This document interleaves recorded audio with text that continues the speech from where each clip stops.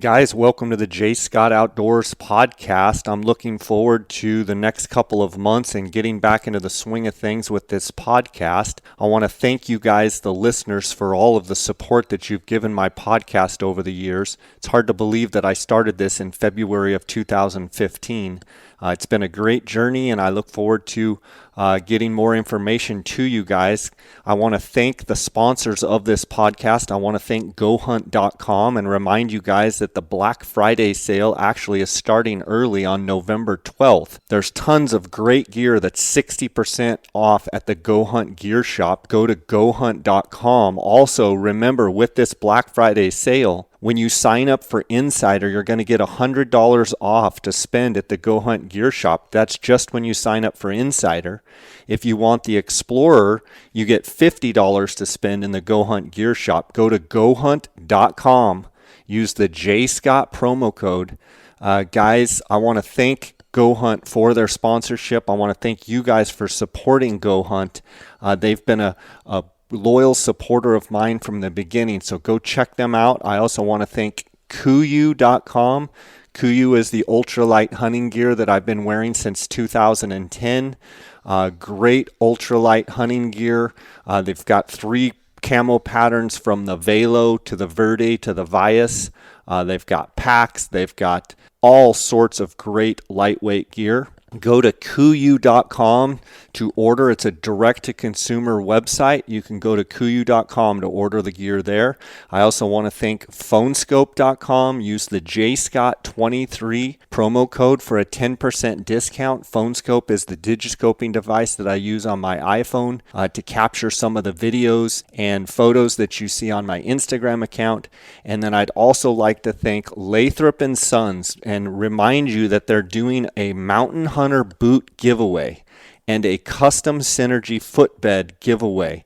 All you have to do to enter is go to lathropsons.com, click on the link there to enter into the giveaway, and you can be entered into that drawing. Give James and Steven a call if you want to discuss and talk to them about their 3 boots. They basically have the Encompass, the Mountain Hunter, and the Elite boot, plus their custom Synergy footbeds. I've been wearing them now for over a year and just absolutely love their boots. There's 2 ways to get hold of them. Boots at lathropsons.com, or you can call them directly. Call James, call Steven directly. They're 2 brothers, 618-544-8782. Guys, let's get right to these episodes. If you'd like to send me a message, you can go to my Instagram account, which is at jscottoutdoors. You can send me an email, jscottoutdoors@gmail.com. God bless, and thanks for your support. Guys, welcome to the J. Scott Outdoors podcast. It is November 14th. I'm on my back patio in Paradise Valley, Arizona. I am joined by my good friend, the glassing guru, Cody Nelson. Cody, how you doing? I'm doing good. I still laugh at that every time you say that. Well, Poppy Scott and I welcome you here to the podcast. I thought Poppy Scott was going to take my leg off, but she's just protecting her daddy. She's just laying here watching us do our thing. It's been a while since we've been able to talk. I'm excited today to have a podcast with you. We've got a bunch of Instagram questions that have come in, and I'm excited to get into that and get into the nitty-gritty. I know GOHUNT has their big Black Friday sale, but actually it's opened early. Well, yeah, and it started, so it's pretty cool. It's not even Black Friday, and it's already going. Yeah, we can go over particulars, but I mean, I would just tell everybody keep their eyes peeled and be looking and check your emails and check the websites. There's new stuff happening every day. It's literally there's new vendors and everything, that are being added every day. And, just to name a few, like the Loopholds, the 6 Hours, Zeiss's. I mean, there's Vortex. There's just some great deals that are going to be coming up. And I think it would be really smart to pay attention. Nice. I think it's going to be as good a year as ever for sales, and I just think it's just that time of year. Yeah, you can feel the energy. That's awesome. I've been talking to you and texting you back and forth, and it's about couple times a week, at least once a week, I get a message from an Instagram follower how you helped them on some optics purchases or sales. And did the volume just jump up on you? My volume just jumped. Well, you know what was funny is this was down here. Yeah. And as soon as I moved it up, it felt like it jumped. Yeah. Like big time. Okay.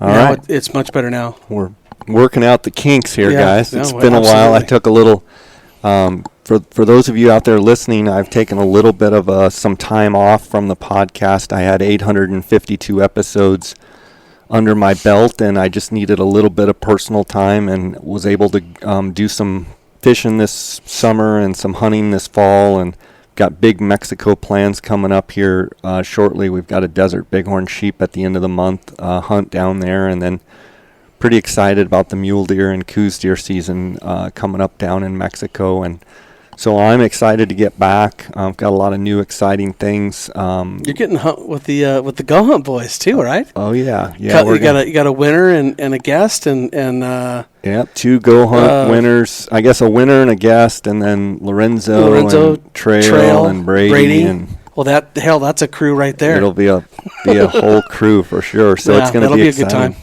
good time. Before we get going on these questions, you've been out looking around, looking at any coos deer, any elk? Anything? I've been trying to, mainly it was kind of concentrated on elk there for a little while, and got out, a few times here and there, and then just went out. Brady was in town the other day, and we were shooting some content and doing some looking around, and then and then been looking at some coos deer.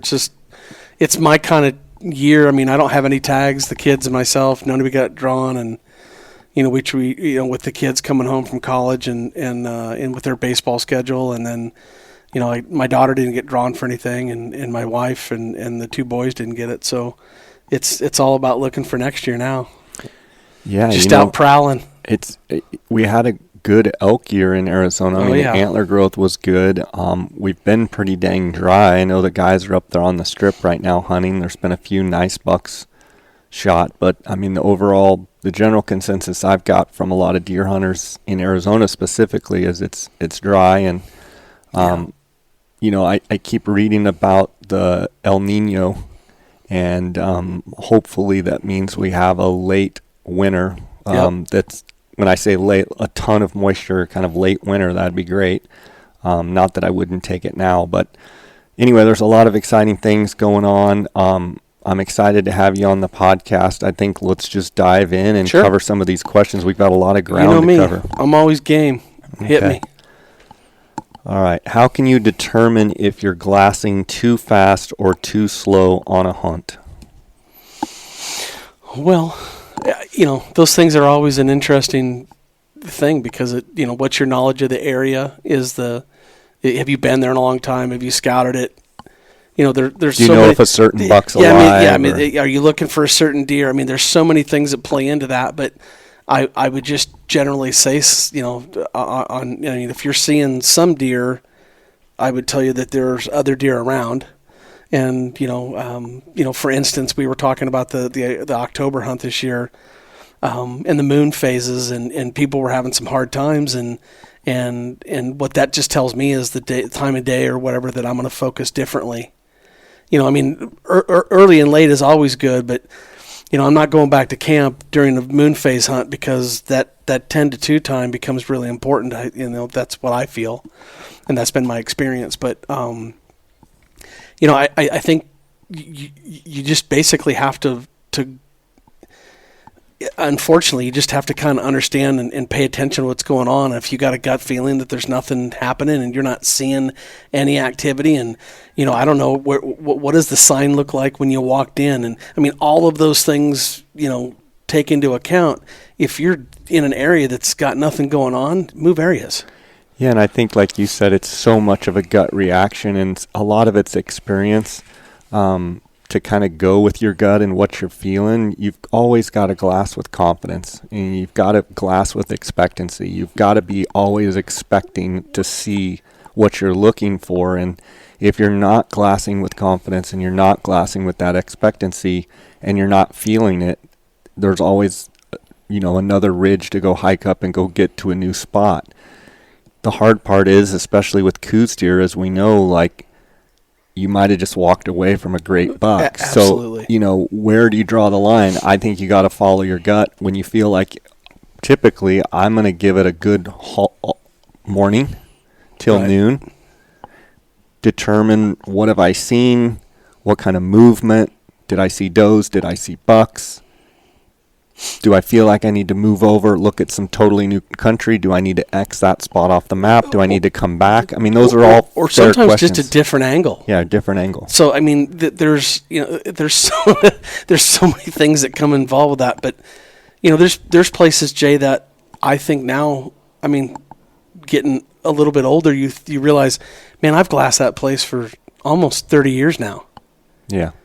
And there's certain places that I go that I'm like, I have a pretty good idea of what I'm going to see here today. And if I'm not feeling it and it's not up to snuff, or, if I know there's a good buck in there, or that there, at least that generally there is, or, if it's a rutting area, or I think you just have to take all those things into account and really, there's no easy way to build that knowledge. And I think other than experience, you got to get out there and experience it and feel it and understand it for yourself as good as possible. Yeah. I would say if you're hunting mule deer or elk, give it a good couple of hours.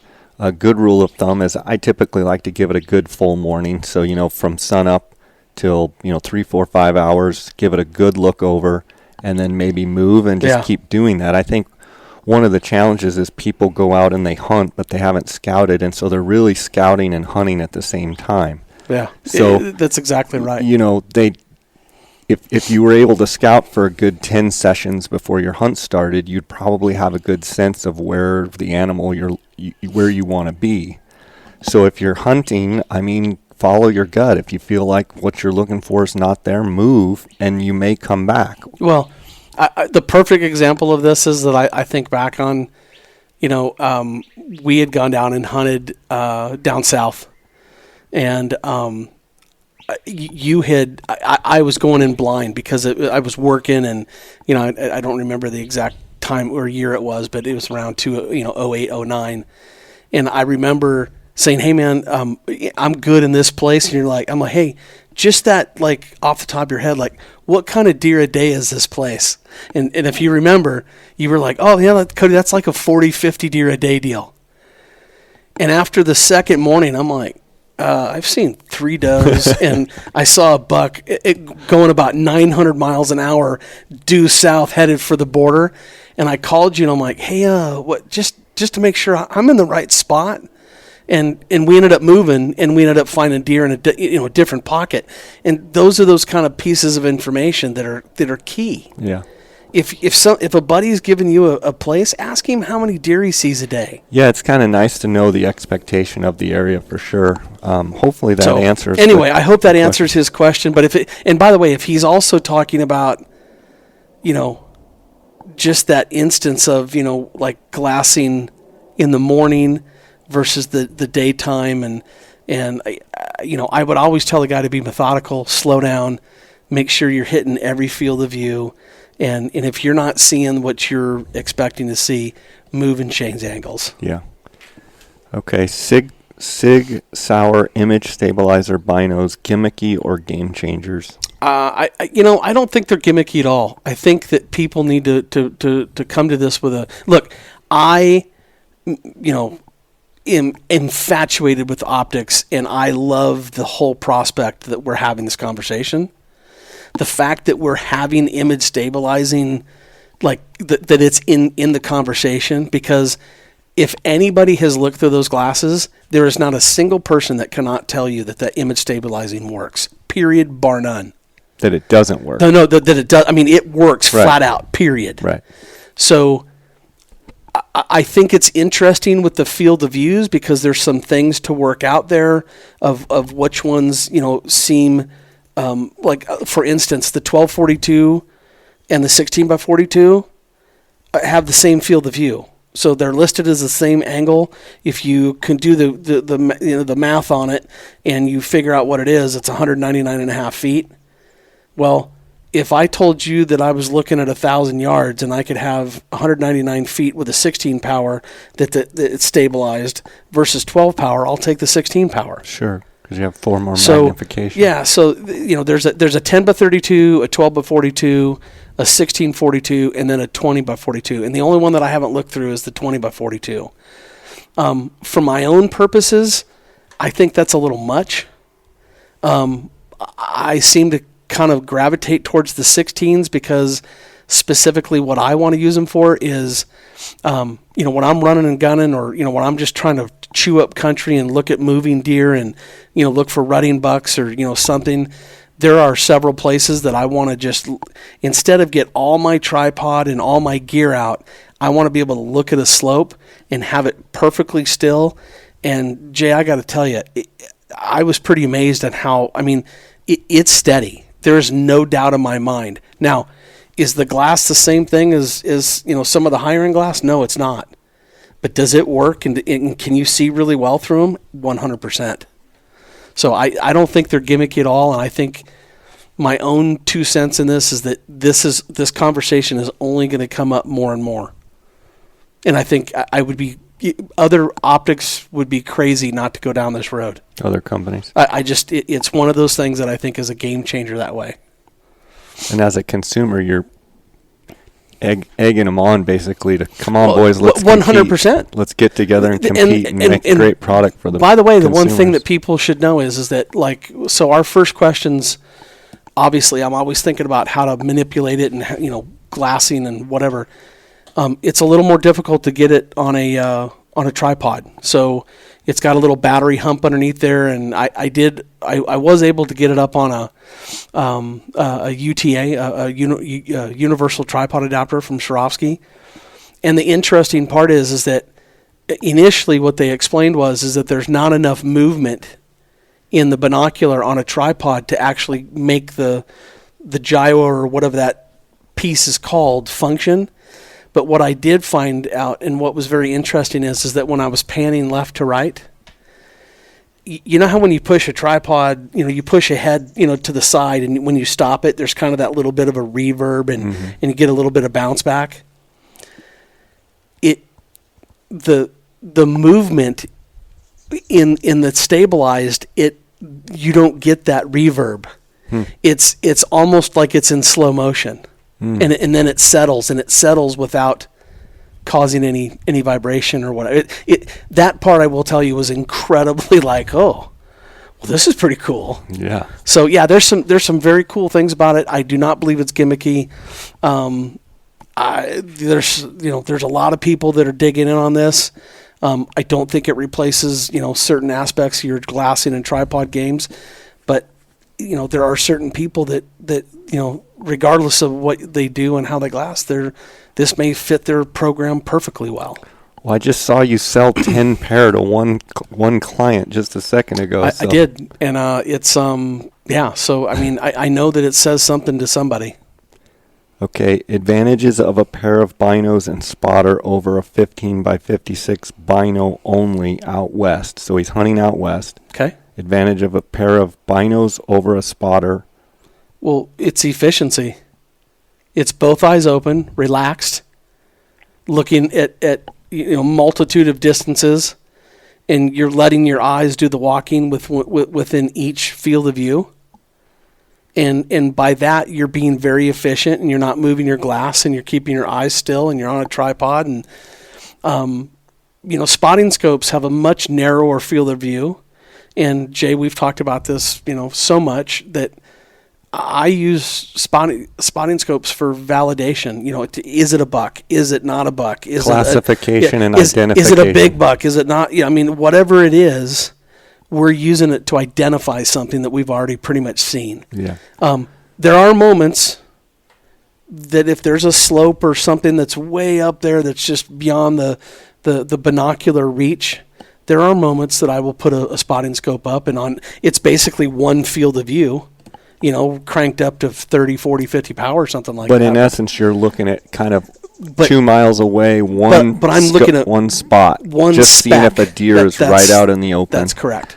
People come down and Coos deer hunt with us, every year in Mexico, and it seems like every year I see it where I'll look over and someone will literally be scanning with a spotting scope, and I get the question on my Instagram stories a lot, and guys, I just want to be clear. A spotting scope is for clarification, classification, identification, to zoom in, to see what type of buck it is, what type of bull it is, how old is the ram. In my opinion, a spotting scope should not be used to find animals. You need both eyes. That's where then I get the question, well, what about the BTX? It's both eyes. Yes, it is. Well, do I get to use the BTX in the place of a spotting scope? The spotting scope is still to identify, to clarify, to zoom in and see what type of buck it is. BTX, yes, you get to use both eyes. Yes, it is a long-range piece. But a spotting scope is basically a singular purpose, and that is to zoom in and figure out what you're looking at. Figure out what type of animal it is. I would just ask somebody, if you were to draw a box in front of you, just in the sand, right? And you were to take one cup, and I told you to fill that cup with circles that were touching each other like you were gridding out the square. Can you fill that better with a bigger field of view with 2 cups faster and be more efficient, or is it 1 cup? And that's all that needs to be said. 2 for sure. You cover it with you're covering more country more efficiently and letting your eyes do the walking, and you're overlapping those. And the practice of doing that, I promise you that the things that you will pick up and the things that you will see with both eyes open will be alarming. And by the way, your eyes work better both with both of them operating together.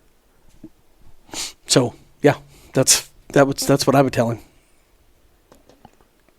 Question here: best approach for chasing animals after glassing them up, specifically thick timber elk. So when he says chasing animals, I think he means stalking animals, making a play on animals in specifically thick timber. Talking elk.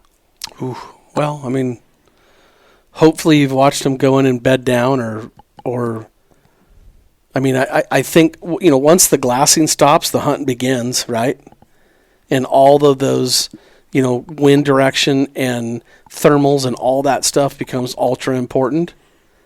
And, glassing's just one part of the game. And I don't think that is in place of, basic hunting skills. So, exactly. I mean, it's always nice to have a hunting partner, and let's say you've got some elk and some thick timber, and let's say it's early in the morning and they're kind of filtering through the thick timber, but you think that they're still in a position where maybe you can get on them and get a shot. It's very important, in my opinion, to keep your spotter, keep your friend in that position. Yep. Don't take your eye off it, and then have the other guy move in and try and get quote unquote in shooting position or get in a better vantage position. Yep. But never take your eyes off of that spot. And I think it's important, and I think a lot of people lose animals because they're excited because they saw a big bull that goes into the thick timber, and they both pack up and they both head over, and the bull comes back out, reverses course and goes back the other way and drops down, and now they're hiking. They didn't see that. Yep. They get over to where they're going to shoot from, and they don't even know that the elk has turned around, come back through the opening. Now he's gone to a totally different hillside and direction. So leave a spotter on there. Let the other person get closer. And by the way, then have him get on it so that spot is never, the eyes have never come off that spot. And I'm pretty sure that when you and I both know what we mean when we say this isn't meaning. There's been some butt chewing. Yeah, you don't leave a spotter and that guy's taking a nap while you're walking over there. This is a spotter that you're literally watching every single movement.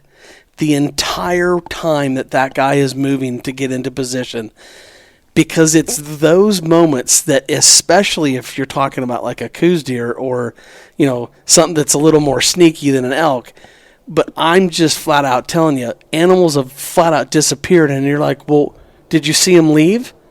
Well, I took a nap while you were... Yeah, or ate lunch, or I got in my pack, or I had to go to the bathroom. Or when the stock is on, the stock is on. Yeah. So, guys, really it's important to always keep your eyes on that. Now, if you're hunting by yourself, what I would do is, if I was glassing and I saw something that I wanted to see closer, or I wanted to go stalk and put a chase on, I would watch it. So let's say it's in the morning, I would watch it until an hour or two goes by. And I would make sure that nothing reversed its course.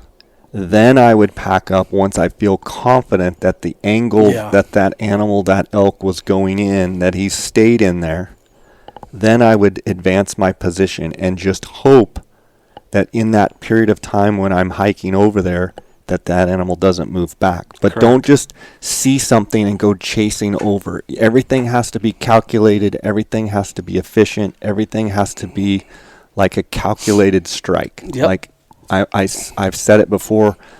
Like, imagine that elk being able to shoot back at you. Do everything you would do as if you thought they have a sniper gun there. So how would you act? You would keep your eye on it to see where they're at. You would stay out of sight.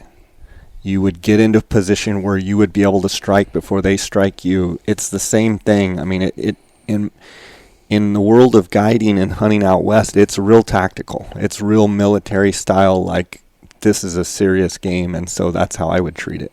Yeah, it doesn't mean we don't have fun along the way. It doesn't mean there's not fun things said or made fun of, or there's been a lot of like, if this thing gets away, it's because your fault, because you're the spotter, so you better keep your eye on it. And, yeah. Okay. So, yep. How to pick apart shade with open timber with heat waves.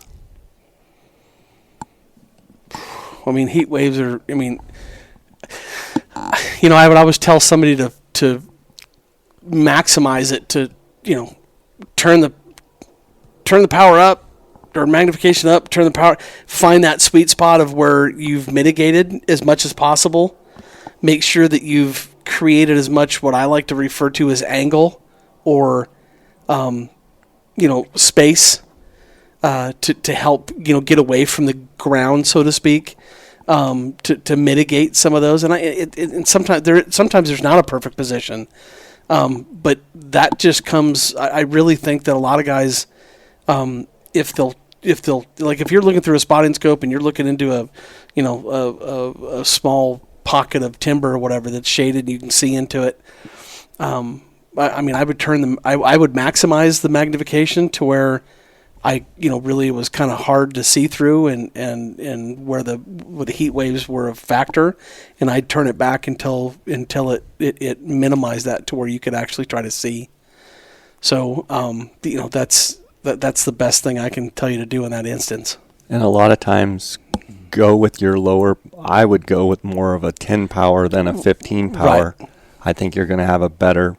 The more magnification, I think the worse the heat waves are going to be. Yeah, in some way, shape, or form, whether it's binoculars or whatever. You gotta figure out which one you can see through. Opinions on Tricer tripods or lightweight tripods for the backcountry with the Swarovski ATC.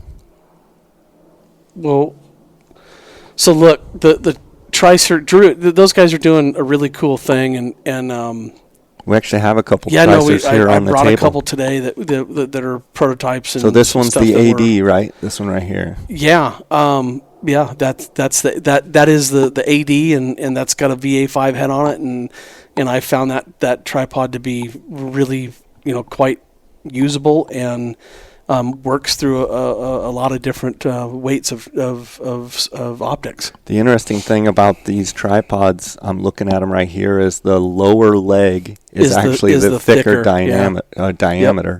and then as you go up, they get thinner. Yeah, for most people who don't understand that, the legs are inverted, so instead of the adjustments being on the bottom of the leg and you got to reach for them and do that, they're actually at the top. So it's a really cool design. I've been fortunate enough to work with Drew and he and I have bounced ideas off each other for more than a year now. But these things they just do a great job, and they're well built. We have not had any problems with them. It's a constant creation, and he's really super passionate about it. And I think they're worth the money, and I think they do a great job with them. And they're stable, but yet, Jay, I don't know if you picked that one up, but it's just the other prototype that was being talked about. Even that, you're like, man, this is pretty lightweight for what it is, what are you, 6'2", 6'3"? Yeah, and you can stand behind that easily.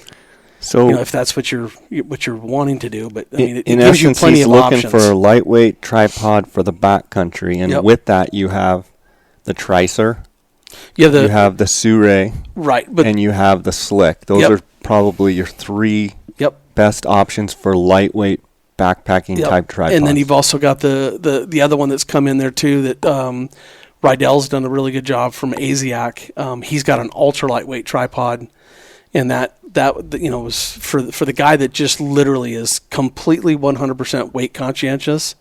That's another tripod that's serving the purpose really well too. One thing I do want to point out though is this guy's asking the question for the Swarovski STC or ATC, right?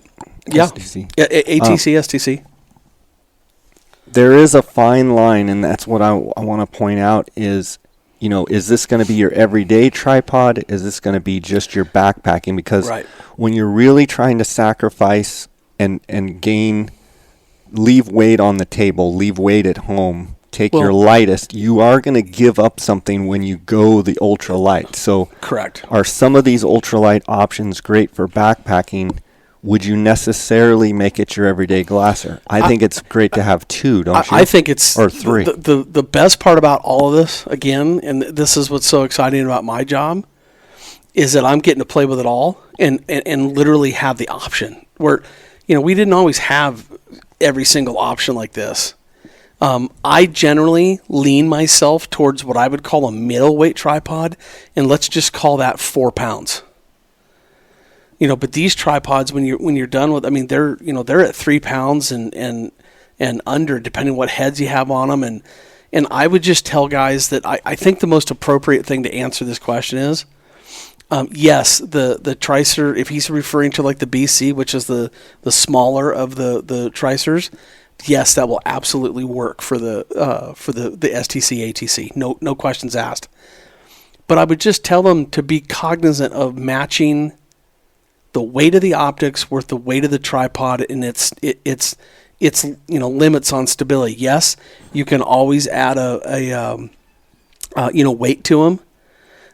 You can always use them for different like shooting or when he says that he's talking about hanging weight from the center off the hook of the center post. So there's a lot of different options out there, and I would just tell guys to make that conscientious decision of what is too light and too heavy for them. Well, if you get too light, the problem could potentially be is if you're in the backcountry and you have high winds. Yeah. So you get vibration. Would you rather carry a little bit heavier one? Those are all questions. But if you're going 10 miles deep and going to come out super heavy, I understand where every ounce counts, and I think that's where Tricer and some of the others are trying to fill that void of. Well, and they're also, but they're trying to match up to conditions. They're literally trying to give you a tripod that's light but yet stiff enough to handle to handle it. Sure. And look, I don't care. I don't care what tripod you're glassing from. When the winds are heavy, it all sucks at a certain point. Right. And you're trying to mitigate that. And I'm just saying that it's a lot easier to mitigate heavyweight than it is lightweight. But I would just tell somebody that if lightweight is what you're looking for, the tricers absolutely are worth looking into and certainly purchasing, and they have exploded. Awesome. So been really good. So keep looking for new stuff from them too. Opinions on the Big Eyes Swaros versus Koa. Well, that's so kind of he's either talking about the twins or he's talking about the BTX Swaro. Yeah. Versus Koa, which I have all three. Yeah. So the Koa Highlanders. If you're talking about one of the originals, you got to talk about Koa Highlanders and Dr. Optics, right? So those were, those are both incredible options. And for everybody's information, I think they might still be making the 20 to 50, Dr. Optic, but the ones that everybody wants is the 4080. They don't make those anymore. Too bad. I really would like a pair of those, to use, but they don't make them anymore. So that's off the table in my opinion. But when you start talking about the Highlander, it's a 13-pound, 14-pound piece of gear. And look, I have no problem saying that it's an incredible piece of glass and super easy to look through. And I've used those on so many countless occasions, I can't even begin to tell you. And I love that piece of glass. But it's 14 pounds, and plus your tripod. Plus your tripod. Your tripod's got to be big enough to handle that weight. So, you're just you're multiplying or exponentially getting bigger every time you go with that. So, I love that piece of glass. If they're talking about the BTX, look, I've pretty much had them all side by side. And a few of them I've had to look at different times, just without being able to compare them all. I think the thing that needs to be said, guys, buy the best glass you can afford with it. If it means you're buying the 664s, and with an Adams adapter and you're doing that, or you're buying a BTX, I think all of them are ridiculously good. And yeah, there's little things that, Jay, I know you love the Swaro spotters, the twins, because I know you love the straight tubes. Yeah. So I don't disagree with you. Those are incredible pieces of glass, and when they're paired right and and everything fits, I think they're awesome. I don't know. I maybe he's talking about there's so many different options, the 77s and.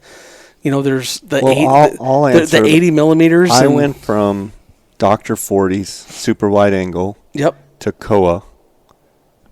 And the thing, I love the Koas optically. I hated looking down at an angle because if I was up high and looking down, it's hard to look down. You have to almost get out over the binos. And I used those for years, the Koas, 32 power Highlander. 32 by 82s. And then I switched to the 65 STS twins, which I still have, the Swarovski. Then I got the BTX, which the BTX is really nice to use, but again, angled for me. I don't even like angled spotting scopes. So when I have a choice and they're both sitting there, I typically grab the twins. The question I have for you is, has anybody started to put STC together, and what does that look like? Yeah, and has anybody put Adams? Adam's been, he and I have DM'd each other a couple times, and he's putting the STCs together. What's the verdict on that? Well, I don't know. He literally just built the prototype. Okay. And I think it's an interesting piece that needs to be talked about, and I think it's interesting. But you got 17 power. And then with a 56 millimeter, why not just use the 15? Well, there's that question, like, what, do you just use a 15? Well, but you can also turn it up to 40 power. So I think the kinks need to be worked out of that, but I think there's going to be some people interested because I think it's going to weigh 5 pounds. Right. Which, to my knowledge, my twins weigh 7.5. Yeah, but I think that's the lightest by far any set of twins, and. So there's a lot of things to consider. The light transmission through most spotting scopes is not as great as what's through a binocular. So we're just I can't wait to put my eyes through them.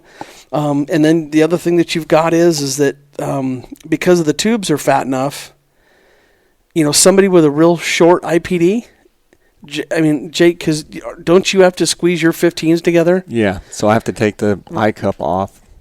The old Swarovskis, right. I had to take those eye cups off to even get them together.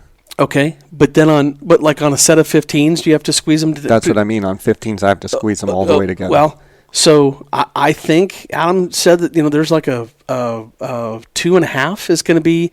Now the measurement on the new Swaro 15s is 2.2. So that means they're going to be pretty wide, and I don't know that people with the narrow field of view. I know it's going to be really interesting to see how it shakes out. But I mean, there's look, that whole twins thing. It comes down to what works for you, right? And there's so many good options out there.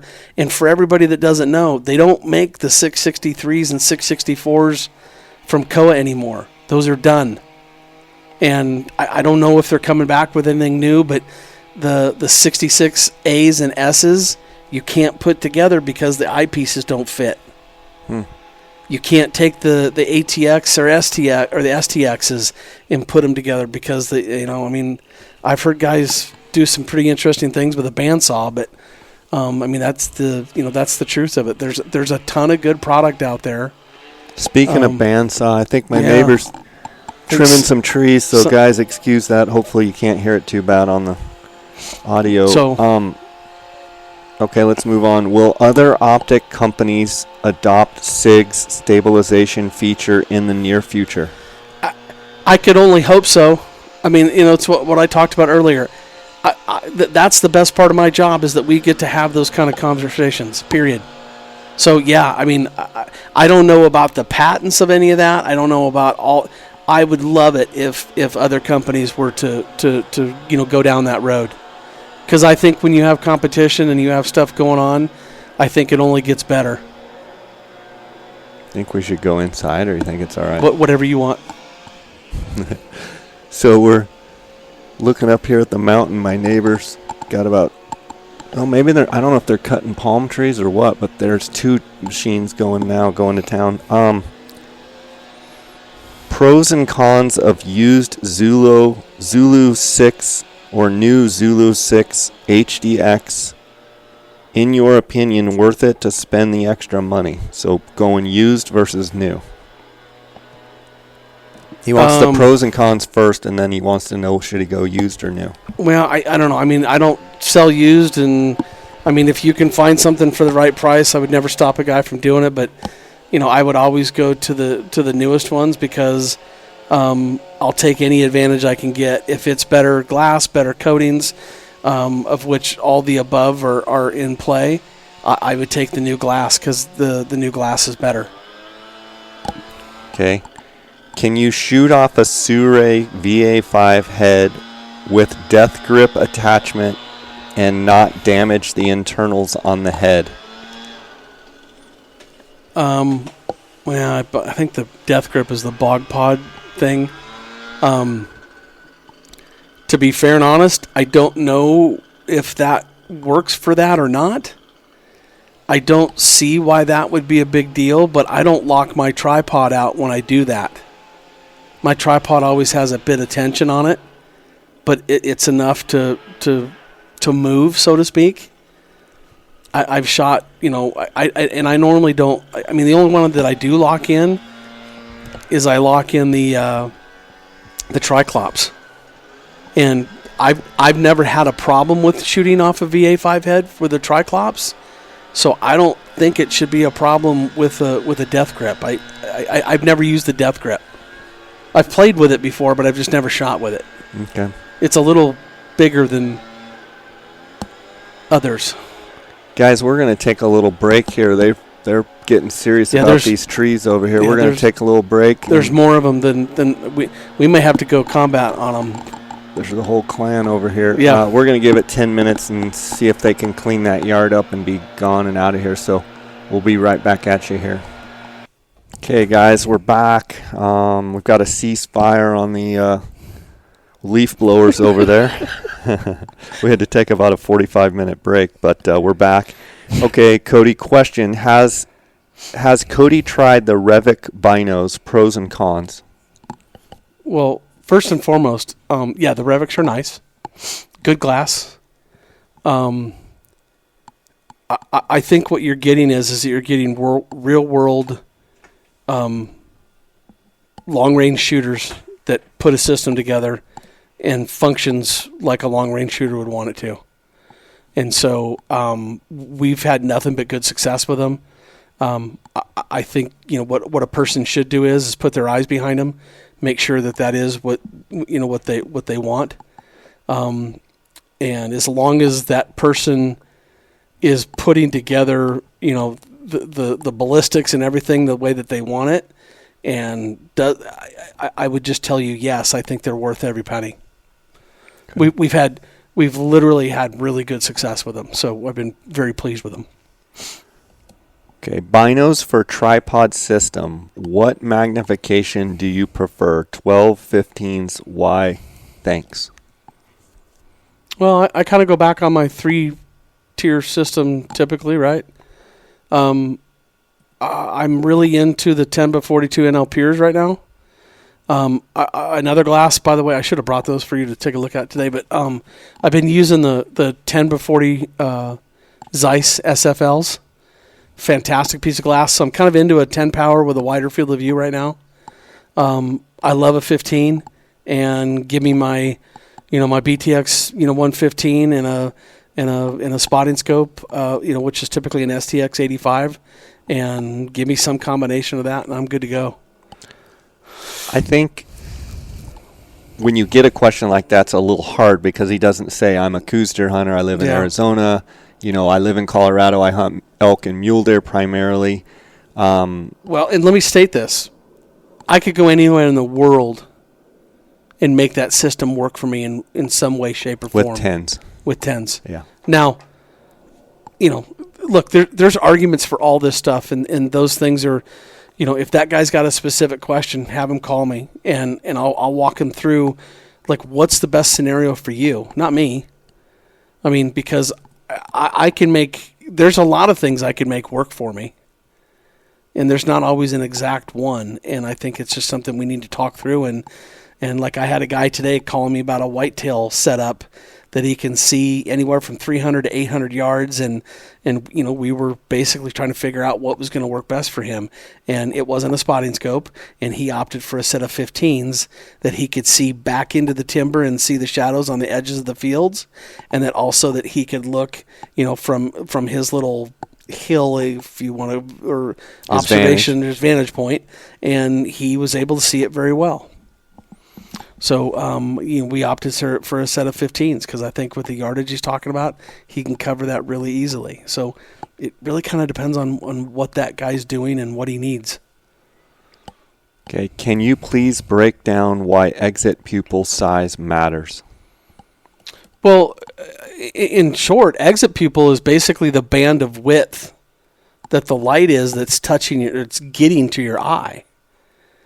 So if I were to take that down to nothing and you had an exit pupil that was less than, say, 1.0, well, that's only a millimeter or less of light getting to your eye, as opposed to if you're looking through a, like an 8x42 that's, 5.25 or something like that, millimeter exit pupil, that's probably got more light that your eye can actually accept. So the exit pupil is the amount of light that binocular is allowing to reach your eye. So I would ask somebody, if they really want to know what that looks like, I would tell them to look at somebody looking through a pair of binoculars and look at them through the side to where you can see their eye, and you can literally see the amount of light coming through that binocular and hitting their eye. And quite frankly, I think they'll be surprised to see that you can really kind of see the bandwidth. So the more light to your eye, the better you can see. Can you use a tripod panhead Sure VA5 to shoot off of? This must be the same. Well, it's the guy asking same questions. scenario. Yeah, without destroying it. Yeah, I always tell, I don't, I think this gets into that thing that we've talked about in the past, Jay, of like, are you a shooter first or are you a glasser, and, all these things. I don't use Arca Swiss on my rifles. I'm not saying you shouldn't. I'm not saying you can't, and I'm not saying, that it's, more accurate or less accurate. What I am saying is that I always leave my tripods with a little bit of tension so that they move, that in an instant I need to go up, down, left, or right.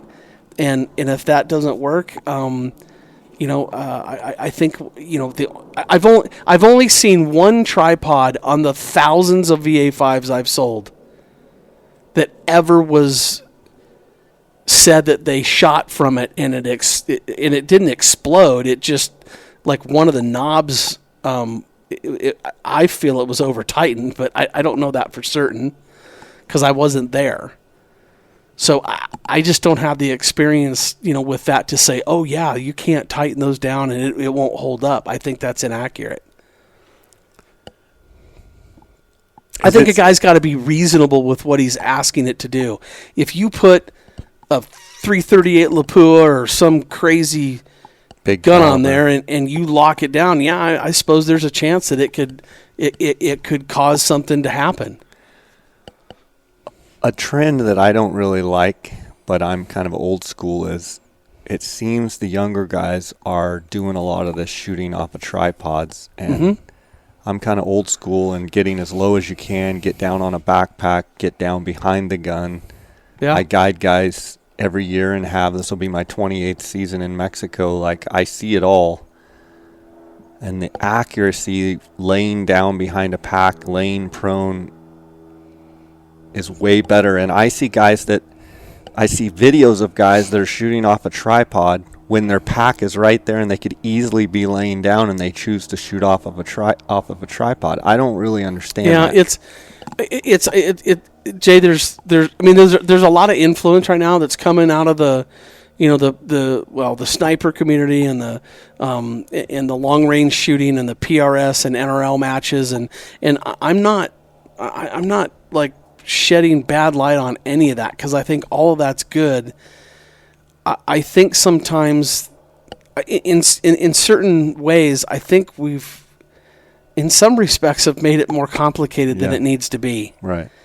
And for instance, I had a guy not too long ago that, I don't know that he was arguing, but he was like, well, I want to do this and I want my tripod to get as low as possible, and it's the only way I can shoot low. And I'm like, well, just describe for me your rifle. Well, it's about a 7.5, 8 pound rifle, and I got a bipod. And I'm like, well, if you've got a bipod, why would you want your tripod to go all the way low?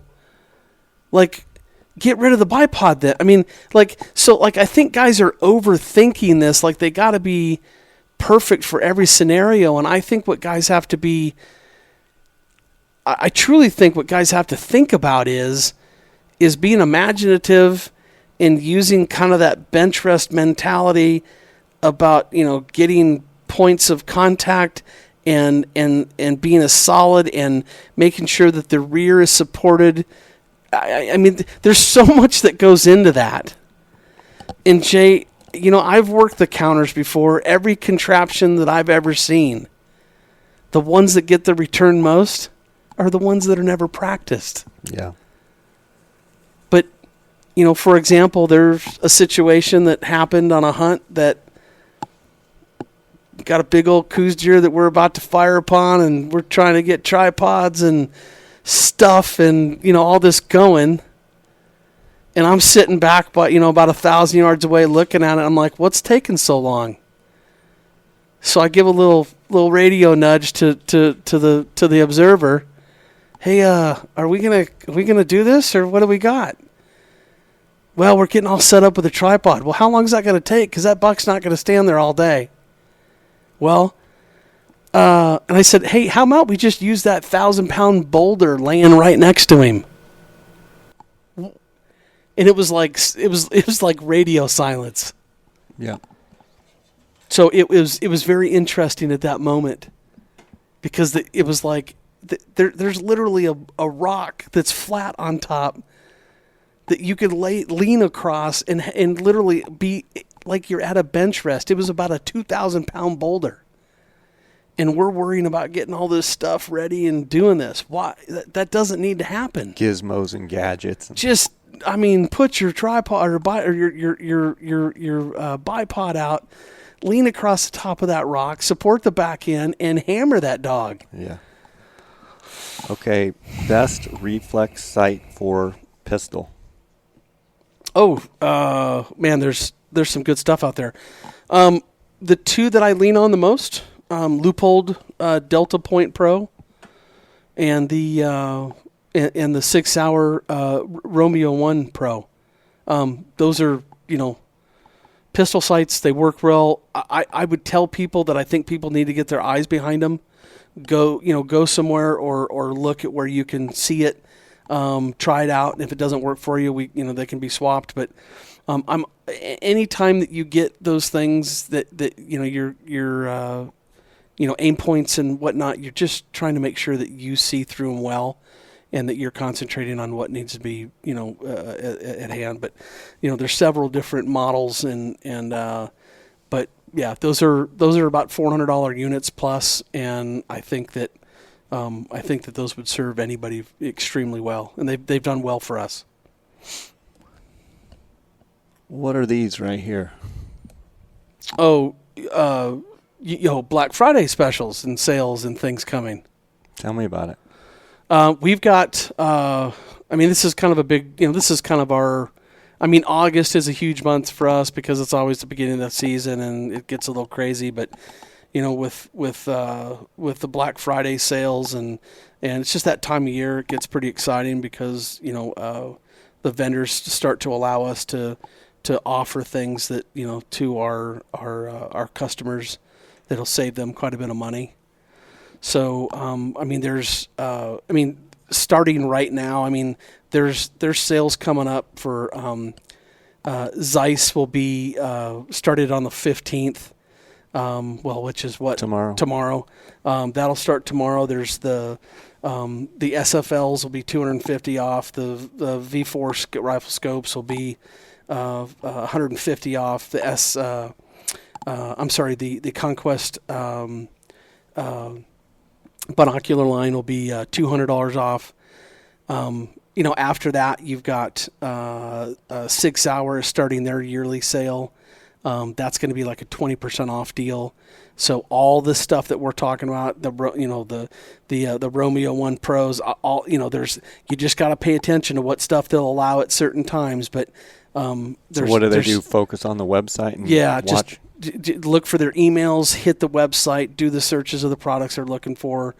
You got Trice. There's all kinds of optic sales coming.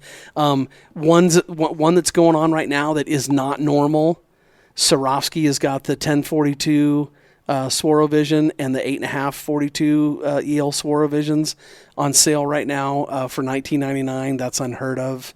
And they continued the sale. They're going to do it through the end of the year. So I think that was incredibly gracious of them to allow us to keep doing that because we sold so many good. The popularity of that has been fantastic. So that's been good. And then the other thing that just went on sale was the 1556 SLC. And that's going to run through the end of the year. So those are $23.99, which they were $26.49. So that's going on right now till the end of the year. But yeah, there's Leupold's coming up on the 20th. There's a whole sale going, a new lot of products that are going with that. So I think you're going to see the VX5s, Delta Point Pros, BX2 Alpine, 1042s and 1250s. You're going to have the BX2 Alpine full spotting scopes, the 60 and the 80s, and then the Full Draw 5 rangefinders. So it's action packed, and there's a ton of sales going on. So jump on the website, check your emails, and look for those announcements. And if there's any questions about the products, holler at me. That's what I do. What's the best way? Is texting you or going through the GOHUNT website? You can always go to optics at GOHUNT.com. That's probably the most common way. You can call us at 702-847-8747, and then that line will go into one of our tier 1 guys, and then they'll get you back to me for the optic stuff. And then I always have, I don't know, people Taking think the I'm nuts, JSO. but yeah, so I've always offered my cell phone up at 602-399-3699. You can text me or call me or whatever I can do to help out. So I just try to make myself available and try to help people when they need it. Awesome. So, got a few more questions here. Zeiss 15s versus Swaro 15s, pros and cons of each. Man, I like both. I lean towards the Swaros. I've been a Swaro guy for a long time. Don't kid yourself. The Zeiss glass. You started as a Zeiss 15. Well, I did. You. I mean, the 1560s are still one of the my favorite pieces of glass on this earth, and they always will be. I wish Zeiss would put new glass and new prisms and keep 1560s and make them wider field of view, and boy, we'd have something there, wouldn't we? But Zeiss, there's a little bit different color. You'll notice a little bit different tints to them. Swarovski for me is a little bit more on the yellow. The Zeiss will be a little bit more on the blue. There's a little bit obviously difference in price, but I think the edge to edge is overall it's a little cleaner on the Swaros. They're both tripod mountable. I love the Swaro eye cups. For me, that's the way that I like to put my eye cups all the way down. That's typically what I see best, and get that apparent field of view. But man, if you just couldn't do the $23.99 on the 15s, and you told me that all I could have was the 15 by 56 Conquest HDs, I'm not going to be disappointed. I've used them in the field a dozen or 20 times and been extremely pleased with them and would never complain about it. Next question is, when is Swarovski making 18 power? I don't know that they'll ever make an 18 power. I'm assuming this person's wanting something different, bigger, better than the 15s. I've been told that the 15 line is not going away. The SLCs are here to stay. I think in the advent of of all the NL peers that have come, people are asking. I get this question probably, Jay, no less than twice a day right now. People are wanting an NL, and there would be nothing sexier and better than that quote unquote 15 power NL with a wider field of view and lighter weight. All that, it would all be amazing. Right. And, I hope that someday that we get to that point. I'm waiting for the announcement like everybody else. But I will tell you that I've been advocating for it strongly. Spend the money on a good set of binos or a spotter. We get this one a lot. I say spend the money on good binos first and foremost, and then once you have a good pair of binos, then spend the money on a good spotter. I would almost always start with the one you spend the time behind most. And, we've always talked about that 85 or 90%, binocular to spotter ratio. And that may change on certain days, but I would almost always lean to the optic that I'm going to use the most and put my, my time or my money behind that one. Next question. Just got a pair of SLC 15s. Should that be enough for glassing, or do I need to add additional glass? Well, I mean, on the heels of everything that we've said today, I mean, I think that that's a wonderful start. I'm assuming he has, like a chest pair or something that he's using for short range and handheld stuff. That 15 will let you see a long ways. Maybe not to the detail that you want, at 2,000, 25, 3,000 yards or whatever it is. And I would always tell you that for me, if I go back to that 3-tier thing, I got a 10 on my chest, I got a 15 in my pack that I mount on a tripod and stare through all day. And when I want to validate something that I've seen or of interest that I need to figure out, I would tell you that the spotting scope is a part of that kit. So I guess it would depend on his particular situation, if that makes sense. If he needs it, yeah. If not, maybe the 15s will do enough. Next question. I have a 12 by 50 Diamondbacks SLC 15s and a 65 millimeter STS. Should I get 1042s to replace the 12s? So he has 1250 Diamondbacks, SLC 15s, and 65 millimeter STS. Should he get 1042s? Yeah, the 1250. I'd replace the spotting scope. Yeah, I mean, well, and he said he had a STS. 65 millimeter STS. Well, so he has the 12s and he has the 15s. Yeah, so I think the 12s and the 15s are a little close together, a little bit. I don't know. I mean, I'd always like to see a little bit more space between the chest pair and. So he's saying, should I get 1042s to replace the 12? So then he'd have 10s and 15s. Yeah, I mean, I think that makes a little sense. I think it's going to be easier to handhold them. Generally speaking, they're going to be lighter weight and smaller, than the 12 by 50s. Yeah, I mean, there's, again, there might be some scenarios that he's using certain things, but if it were me, I'd go 8s or 10s and in a 42, and then have a 15 and a spotter.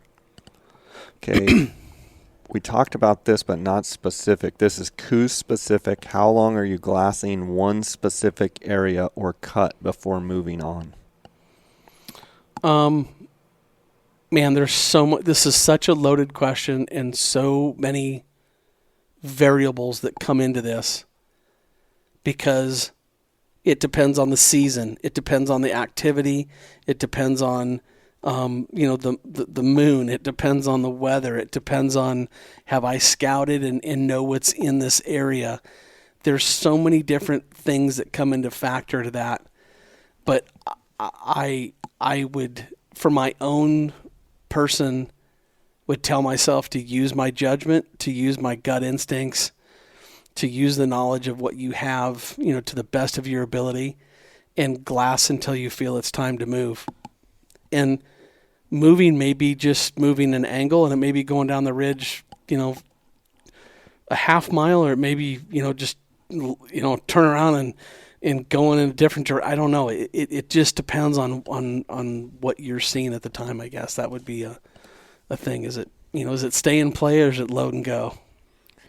Yeah, I mean, I think it comes, like we said before, with experience, and if you know a specific buck is there, if you've scouted and Coos deer are one of those things that I had a question coming over the weekend. He's like, before the season, I saw a great buck on a hillside. I haven't seen him. I've been looking for 4 days. Should I move? And I said, well, if you move, know you're leaving that buck. He's somewhere right there, probably, unless he's been killed. He's 800. Yeah. He's 800 yards from where you saw him. Just change your angle, change your position, and sometimes they're not up and moving, so you could sit there for a week and not see them, but likely they're right there. I always think about, my biggest buck to date, the 126 buck.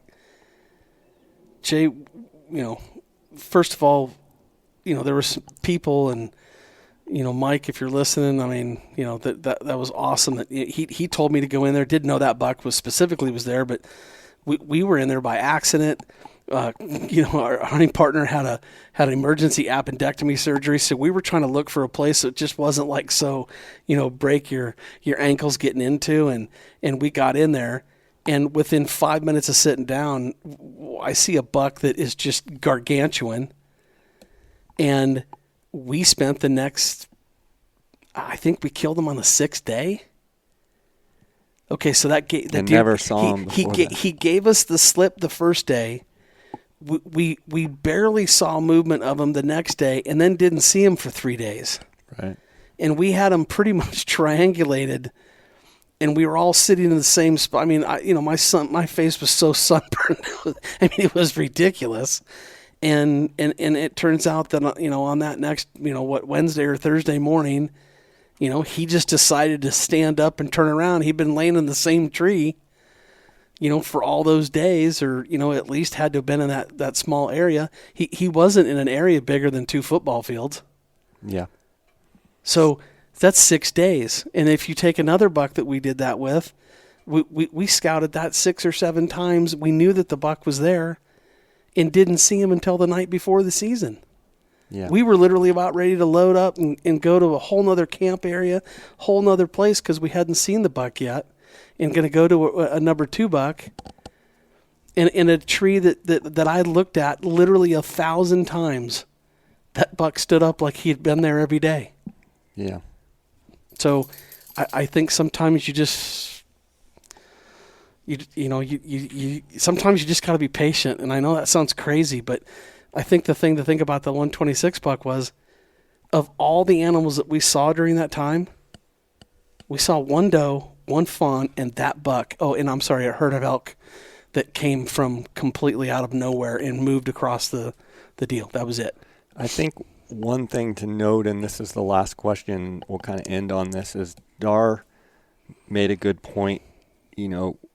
We do a lot of do-it-yourself hunts in Mexico where we set the ranch up and we turn guys loose down there to go glass and stuff. And some guys do incredible and, shoot really big bucks and have a great time. And then there's always some that go down and they don't do as well and they're wondering what they did wrong. And then I start asking them, how did it go? And when I talked to Dar about it, he's like, do guys not understand that most of the time when we're Coues deer hunting, we're absolutely getting our teeth kicked in and things are going not well and we are grinding and we are not. And then all of a sudden you do it day after day after day. It happens and you find the right buck and all of a sudden you're a hero. And that's one thing I think for new Coues deer hunters out there, and I think hunters in general could take from it, is the fact that you see all these pictures on Instagram and all the success that people have, but if you really truly hear the story, most of the time they're just getting punished. Yeah. No. And then all of a sudden a deer makes a mistake and stands up in the wrong spot and then it's game on. And all these great hunters that you see on Instagram, I've asked a lot of them on this podcast, but the reality is a lot of times it's a grind until it's not. Yeah. It's a grind until it's not, and then it happened and you killed the big one and the rest is history. But, patience is, if you don't have it, you've just got to let it play out sometimes, and you've got to stay charged up. And I know that some days that's just, that's so hard to do. I mean, on the days that we were waiting for that buck to come out, that like one of our buddies was like, hey, let's try to move him. Like, I'll shoot you in the leg. Right. Like, don't step foot within 300 yards of that deer. Stay away from it. Yeah. He'll show himself. Yeah. Eventually. Yeah.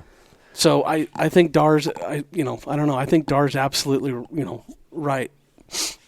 Yeah. Well, Cody, it's been awesome. Great to have you here. I know Poppy enjoyed it, and she's excited that you're here. My guard dog. And as always, keep up the great work at GOHUNT. Thank you. I appreciate you having me. I'm excited about the Black Friday sales and all the stuff kicking off. Encourage the listeners to be on the lookout and watch the sales coming there at GOHUNT. And thanks for having the personalized touch you have with everyone. I want to encourage everyone out there. You can always text Cody 602-399-3699. Tell him you're a JSO listener and he will take care of you. I appreciate you doing that for my listeners. Absolutely. And thanks for having us. Yeah, I'm looking forward to seeing some of your success. I know you're probably going to tag along on some of these December hunts coming up. I'm scouting for next year. So good. Good. Well, as always, God bless, and thanks for coming by. Much appreciated, sir. Thank you. Okay. Always love the opportunity. Okay, great. Thanks.